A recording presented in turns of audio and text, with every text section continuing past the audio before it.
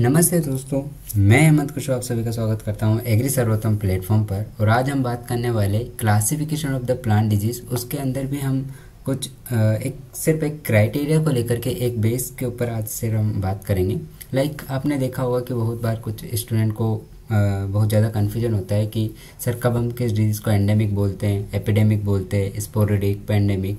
तो सर इसको किस बेस पे बांटा गया है और कैसे सर हम इसको आइडेंटिफाई कर सकते हैं, कैसे इसको हम समझा सकते हैं कि ये एंडेमिक और एपिडेमिक है, और एज वेल एज हम खुद भी समझ सकते हैं। ओके, सो जो ये डिजीज़ है, वैसे इन चारों डिजीज़ की जब हम बात करते हैं तो ये सब अंडर द कैटेगरी, अगर हम बात करें कौन सी कैटेगरी के अंदर डाला गया है, तो ये इन्फेक्शियस नेचर की डिजीज़ है। अब सर इन्फेक्शियस नेचर होता क्या है? तो इन्फेक्शियस नेचर की जो डिजीज़ होती है वो इंसाइट की जाती है, यानी ऐसी डिजीज़ जो इंसाइट की जाए किसके द्वारा? अटैको पैरासाइटिक ऑर्गेनिज्म के द्वारा। यानी ऐसे पैरासाइटिक ऑर्गेनिज्म जिस डिजीज़ को कोज करते हैं, जिस डिजीज़ को इंसाइट करते हैं, उनको हम क्या बोलते हैं? इन्फेक्शियस डिजीज़ बोलते हैं। अब पैरासाइटिक ऑर्गेनिज्म लाइक वायरस हो सकता है, वायरोइड, बैक्टीरिया, फंजाई। तो ये जो बायोटिक फैक्टर्स है, जो बायोटिक कोजल है, ये क्या करते हैं? इन डिजीज़ को इंसाइट करते हैं, ओके, स्टार्ट करते हैं। उनको हम क्या बोलते हैं? इन्फेक्शियस डिजीज़ बोलते हैं। अब इन इन्फेक्शियस डिजीज़ का कुछ एक कैरेक्टर और होता है कि ये ना ट्रांसमिट हो सकती है कहाँ से? एक डिजीज़ प्लांट से लेकर के एक हेल्थी प्लांट के ऊपर, फील्ड कंडीशन के अंदर। ओके, एज वेल एज ये वेरियस एजेंसी के थ्रू क्या हो सकती है? एक प्लेस से दूसरे प्लेस पे इजीली स्प्रेड हो सकती है, डिसेमिनेट हो सकती है, ओके, ट्रांसमिट हो सकती है, ये भी हम बोल सकते हैं। तो ये इनका क्या होता है? नेचर होता है। तो इन इन्फेक्शियस नेचर को अक्रेंस एंड डिस्ट्रीब्यूशन के बेस, दो चीज़ों के बेस पे इनको डिवाइड किया गया है, इनकी कैटेगरीज बनाई गई है। ओके, अब अक्रेंस एंड डिस्ट्रीब्यूशन मीन्स उनका कितना स्प्रेड और सीवियरिटी उस एरिया के अंदर, उस बेस पे इनको क्या किया है? डिवाइड किया गया है। Okay, so first of all हम बात करते हैं किसके बारे में? एंडेमिक डिजीज़ के बारे में। बेसिकली एंडेमिक का जो मीनिंग होता है ना, वो होता है प्रीविलेंट। ओके, अब प्रीविलेंट अगर आपको नहीं समझ आ रहा है तो इसका मतलब आप ये भी बोल सकते हो कि क्या है? पॉपुलर है। ओके, अब ये ऐसे कुछ पर्टिकुलर एरिया होती है जहाँ पर एक कांस्टेंट टाइम में, यानी कि कॉन्स्टेंटली प्रेजेंट होगी उस पर्टिकुलर एरिया के अंदर, और पॉपुलर होती है मीन्स रेगुलर बेसिस पे ये वहाँ पर अपन को देखने को मिलेगी उस फिक्स्ड लोकेशन के अंदर। ओके, अब वो आपका एक डिस्ट्रिक्ट भी हो सकता है, ओके, एक स्टेट का एक डिस्ट्रिक्ट भी हो सकता है, और एक डिस्ट्रिक्ट का एक पर्टिकुलर विलेज के अंदर, एक एरिया के अंदर, आपको एक पर्टिकुलर एरिया के अंदर ये डिजीज देखने को मिलेगी।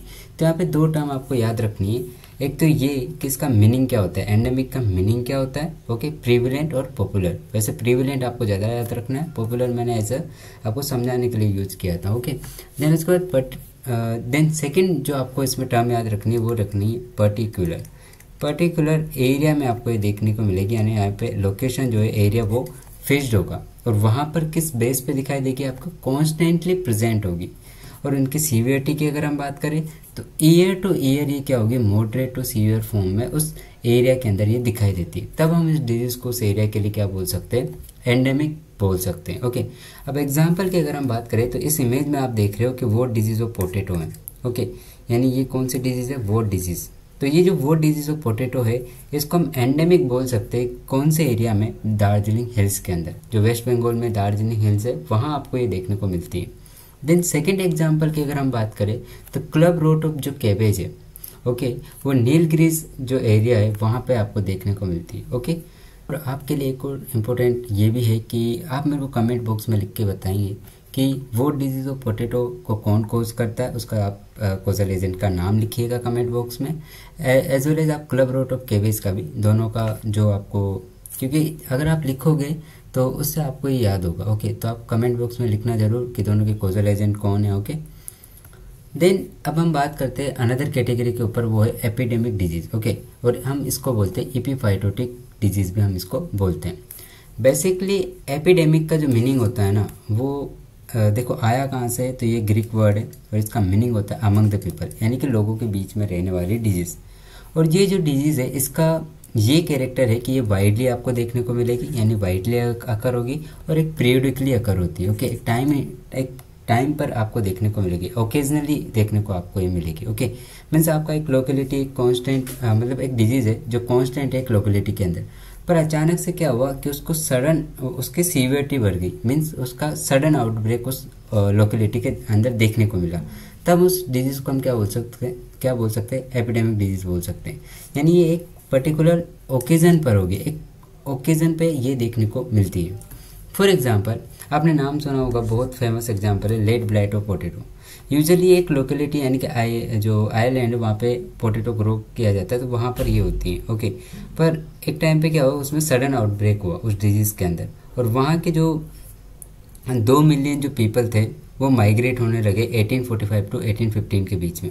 वैसे बेसिकली ये जो आयरिश फेमाइन आया था ये 1845 में आया था। ओके, ये आपको याद रखना। आया किसकी वजह से था, इसका कॉजल एजेंट कौन है, तो ये आप मेरे को कमेंट बॉक्स में बताओगे।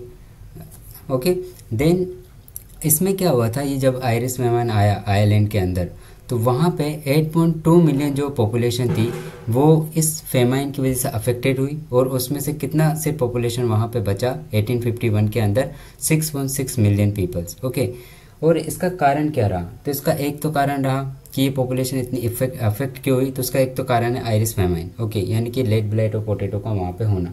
ओके, देन सेकंड, वहाँ की जो पॉलिसी जो फेलियर था वो भी वहाँ पे देखने को मिला, मतलब वहाँ की जो पॉलिटिक्स थी और पॉलिसी थी वो दोनों ही फेल हो चुकी थी।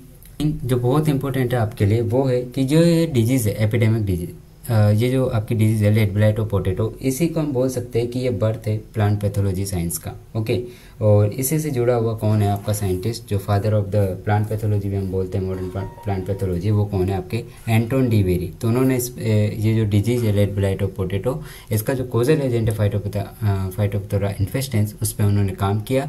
देन उसके बाद आपका जो ये प्लांट पैथोलॉजी जो साइंस है ये स्टार्ट हुआ। ओके, तो हम इसको birth of the plant pathology भी बोल सकते हैं। देन अनदर एग्जांपल मिल्ड्यूज है, कुछ डाउन मिल्ड्यूज भी होती है कुछ पर्टिकुलर एरिया के अंदर। देन हम बात करते हैं another category sporadic disease.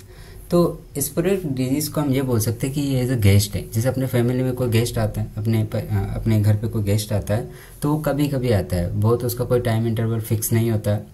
Okay, तो ये जो डिजीज़ होती है इनमें क्या होता है कि ये एक दोनों ही पर्सपेक्टिव में इरेगुलर होती है, एक तो इंटरवल के पर्सपेक्टिव यानी कि टाइम के पर्सपेक्टिव में, और एक लोकेशन, इसका लोकेशन फिक्स नहीं होता है। ओके, और बहुत कम इसके इंसिडेंट्स देखने को मिलते हैं, पर एग्जाम्पल बहुत ज़्यादा इंपॉर्टेंट है अपने लिए, वो है फर्स्ट ऑफ ऑल है angular leaf spot of cotton.